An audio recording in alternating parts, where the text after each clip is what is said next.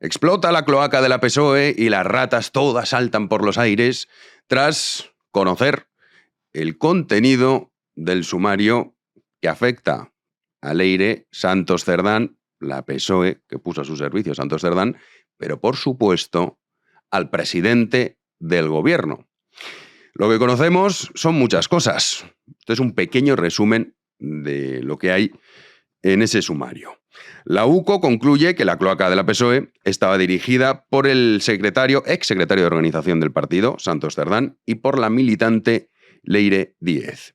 El primero, en un nivel superior, dijeron, hombre, yo soy Santos C, pues yo lidero esto. Y la segunda, a nivel ejecutivo, es decir, Leire. Leire ejecutaba lo que decía Santos Cerdán, habiéndose sumado otras personas en función de las necesidades del grupo. Todos ellos, abunda la UCO, actuaban de manera conjunta y desarrollaban esta actividad de manera coordinada, manteniendo una unidad de acción y dirección. ¿Con qué objetivo? Y aquí es cuando empiezas a aplicarle al presidente del gobierno la cloaca. Proteger los intereses ¿de quién? De Pedro Sánchez. Todo esto ya saben que arrancó tras tengo que pensar y reflexionar porque soy un hombre enamorado, esa carta hortera que nos escribió. Sánchez es el típico que va a un concierto de Bad Bunny seguro, a perrear con Begoña Gómez, que es lo suyo. Bueno, pues de esa carta hortera, en realidad lo que estaba haciendo era con Santos Cerdán organizar todo esto para acabar con los guardias civiles que lo investigaban, los jueces y por supuesto también para extorsionar a fiscales y medios de comunicación. Pero es que, además, y esto es gravísimo, mandos de Interior, es decir, Marlaska, ordenaron al jefe de la UCO ponerse de perfil en investigaciones como la del hermano de Pedro Sánchez y que en uno de sus informes no hubiera nada. En una reunión por parte del DAO, Manuel Llamas, no nuestro Manuel Llamas, este no, es malo, se indicó a los presentes en la misma que en aquellos procedimientos policiales que tuvieran afectación política no se fuese proactivo en las mismas bajo la indicación de que nos pusiéramos de perfil. Ahí tienen parte de ese sumario. Pero también hay más. La UCO ha confirmado las reuniones de Leire en la Fiscalía General del Estado. ¿Se acuerdan que teníamos un fiscal general del Estado que era un delincuente? Bueno, pues con otra delincuente, en este caso con Leire, que llegó a escribir, tienen ustedes en pantalla, el presidente me va a adorar, porque Leire dijo también, ayer le dijo el Guan a Santos Cerdán, que estoy haciendo un trabajo enorme. La UCO intervino en una conversación entre Leire Díez y Vicente Fernández, el expresidente de la SEPI, que implica pues al Guan, es decir, a Pedro Sánchez.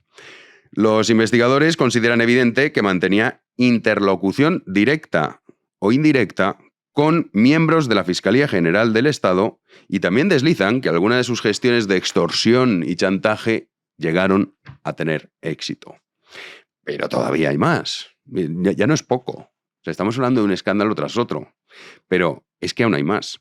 ¿Se acuerdan ustedes la abogada tonta que tenía Koldo en el juicio? Que decían, ¿pero cómo le han puesto a esta abogada? Si es Lela. Bueno, pues ya lo entendemos, es que es de la PSOE. Porque la abogada de Koldo buscaba información para comprometer a Repsol, Hacienda y la UCO. Por eso Koldo, mucha entrevistita, pero poco cantar, igual que Ábalos, porque nos hemos enterado por parte de su hijo también, en este caso de José Luis Ábalos, que sí, que bueno, que es verdad que la PSOE pagaba la defensa para ver si así pues se callaba y no decía nada. Pues bueno, de momento 20 años de cárcel que le piden a uno y a Koldo 17, para empezar a hablar. Y con la abogada Lela de la PSOE. Bueno, pues esta se dedicaba a buscar información para comprometer a Repsol. Un empresario encausado en una trama de fraude en hidrocarburos, es que hay tantas, pues, o una de tantas, declaró a la Guardia Civil que Leticia de la Hoz, que es la abogada de Koldo, le propuso beneficios procesales si aportaba información comprometedora sobre Repsol, la UCO, su teniente coronel Balas y altos cargos de Hacienda.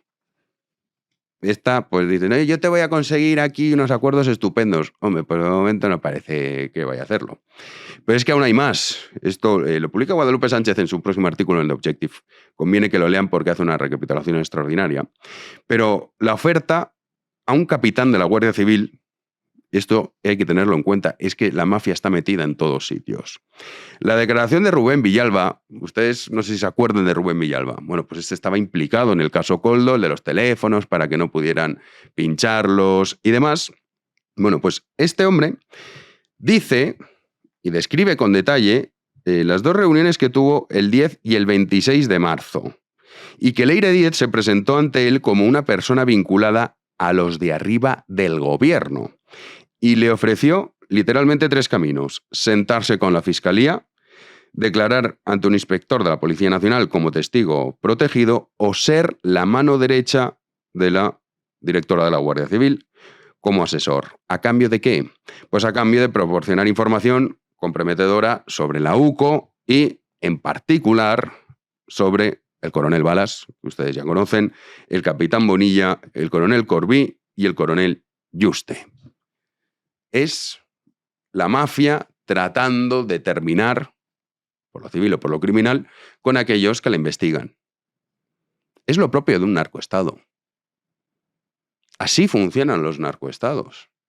Ahora ha habido elecciones en Colombia la primera vuelta. El candidato de la derecha tiene que hacer los mítines metido en una cabina telefónica porque lo van a matar. Ya veremos si llega vivo a la segunda vuelta y ya veremos si gana, si puede gobernar mucho o poco tiempo. Pero Colombia no empezó así, no es de la noche a la mañana, venga, ahora no puedes ni dar un mitin. Empiezan con estos procesos. Por supuesto, la jueza Laya, Viedma, que es la del caso del hermano, el juez Marchena, también estaban en esa lista. Y todo esto se hacía utilizando a la PSOE para pagar a Leire y compañía, toda la estructura y todos los contactos que tenían, y por los mensajes publicados con conocimiento del presidente del gobierno.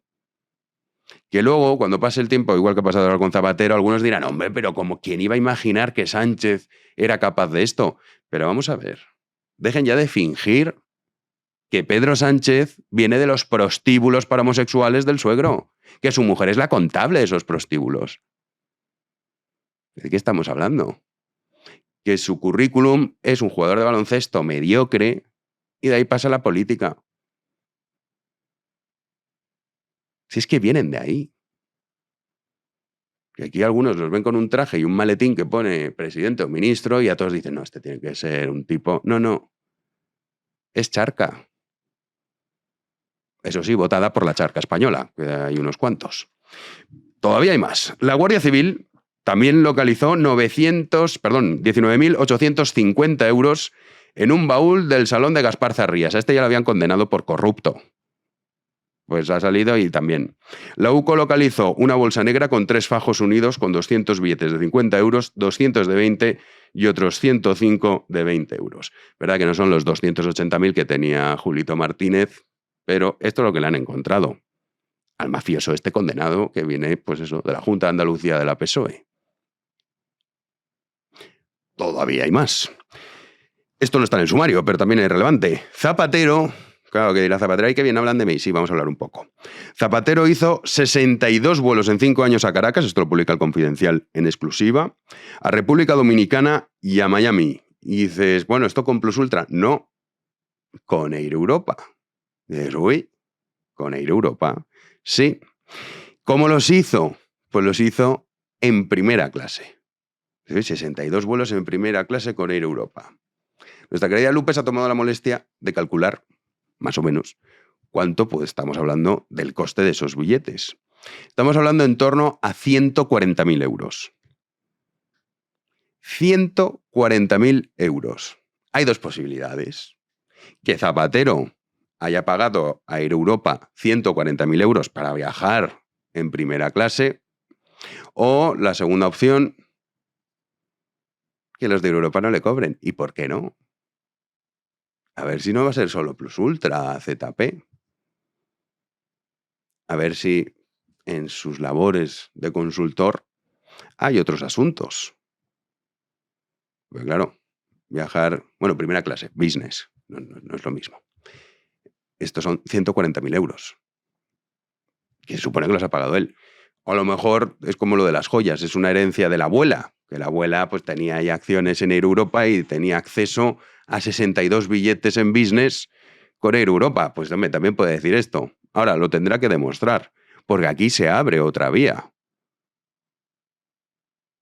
¿A santo de qué? Zapatero puede viajar en Air Europa en business 62 vuelos. Y las opciones son dos. O los ha pagado él y se ha gastado 140.000 euros, o, por el contrario, no se los cobraban. ¿Y por qué no? Preséntese usted en Europa y diga, mira, yo es que hoy tengo ganas de ir en business, porque esto de turista pues no me viene bien. Déjenme pasar y a ver si pasan. Seguro que no. Pues la cloaca estalla y Sánchez a la huida, le repasaremos, dice, voy a presentar presupuestos. A Feijóo ya le han dicho que la moción de censura ha dicho, hombre, si me hacéis ir a Waterloo a darle un beso en los pies a Puig, pues hombre, entonces, ¿no? Entonces ya ha dejado de hacer el ridículo por unos minutos, tampoco seamos optimistas, estará pensando la siguiente idea y obviamente como es Feijóo, pues será una cosa absurda y ridícula y entonces pues le volverán a humillar. De hecho, tendría que presentar esta misma tarde la moción de censura porque sabe así que la pierde, que es la única opción. Con los cómplices de esta mafia y con los que odian España ni a la vuelta de la esquina. Pero hay otra noticia también interesante, y es que ahora vamos a conectar con Isabel Durán. Pues ya saben que aquí les hemos hablado mucho de la ley de nietos. Y después de todo lo que hemos comentado, dices, hombre, qué grave todo. Pues si hay algo todavía más grave, lo más grave que está pasando es que nos quieren cambiar el censo electoral. ¿Qué es la ley de nietos? Para entendernos. Bueno, la ley de nietos básicamente es, ya saben, esta historia de la ley de memoria democrática y todo este rollo, que tuvieron a bien decir, bueno, pues si tú has tenido un abuelito que era español, vas a poder ser español y vas a poder votar en las elecciones. Esto afecta a 2,5 millones. Les hemos contado aquí que de todas las revisiones que se han hecho hasta la fecha de las solicitudes, se ha aprobado el 98%. El 98%. Si no son 2,5 millones, pues se quedarán 2,300,000 personas. Esas personas ni siquiera tienen por qué haber estado en España nunca. A lo mejor es que no han estado jamás en su vida en España. Y cuando voten en las elecciones generales, dices, claro, ¿por qué circunscripción votan? Porque no es lo mismo si estuviésemos hablando de una circunscripción única, pero es que no es el caso. Dices, ¿estos en qué provincia van? Pues en las que diga la PSOE. Es decir, pucherazo. Así de claro. Y hoy coincide con los resultados que hemos conocido del voto extranjero de Andalucía. El resultado de las elecciones andaluzas fue el siguiente. El Partido Popular obtuvo el 41,6% de los votos, la PSOE el 22,7%, Vox el 13,82%. ¿Cuál ha sido el resultado del voto extranjero que hemos conocido hoy? Bueno, pues la PSOE gana, dices, hombre, ¿pero cómo va a ganar? Sí, gana con el 31,1% de los votos, el Partido Popular se queda con el 29,1% y Vox con el 13,7%. Es decir, suma prácticamente 10 puntos más la PSOE en comparación con el resultado de las elecciones andaluzas, sin contar el voto extranjero. Es cierto, y esto hay que tenerlo en cuenta, que históricamente el voto cera siempre ha sido, digamos, más, en el caso de Andalucía, tiende más a la izquierda. Pero es que hay que sumar que por primera vez ha sido un récord, que nunca antes había votado prácticamente 3 veces más del voto cera. Y qué casualidad que la PSOE suma 10 puntos más. Teniendo en cuenta que la candidata era María Jesús Montero, teniendo en cuenta además que ha conseguido el peor resultado de la historia del PSOE en Andalucía. Pues el voto cera gana. Esto es un poco raro. Y tan raro. Estamos hablando de un simulacro. Vamos a ver esto si hacemos así, porque en Jaén estaba a 200 y pico votos de perder el escaño en favor de Vox. Al final ha conseguido mantenerlo María Jesús Montero. Pero 3 veces más que las pasadas elecciones de votos del extranjero. Y la PSOE, sacando el peor resultado de su historia, es el ganador. Y que sí, hay que contarlo todo. Históricamente, el voto cera suele beneficiar a la izquierda en el caso de Andalucía. Pero es que si sumamos el voto cera, que afortunadamente sí que podemos saber cuál es el resultado, En esto sí que lo podemos saber. Luego está la cuestión del voto por correo, que no la podemos saber. Hay que entender cómo funciona. El voto por correo, en el momento en el que uno vota por correo, luego su sobrecito lo llevan al voto presencial. Y ahí ya desaparece.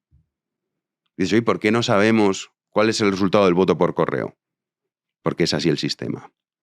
El caso del voto cera, es decir, de los extranjeros o personas españolas que habitan en el extranjero, eso es diferente.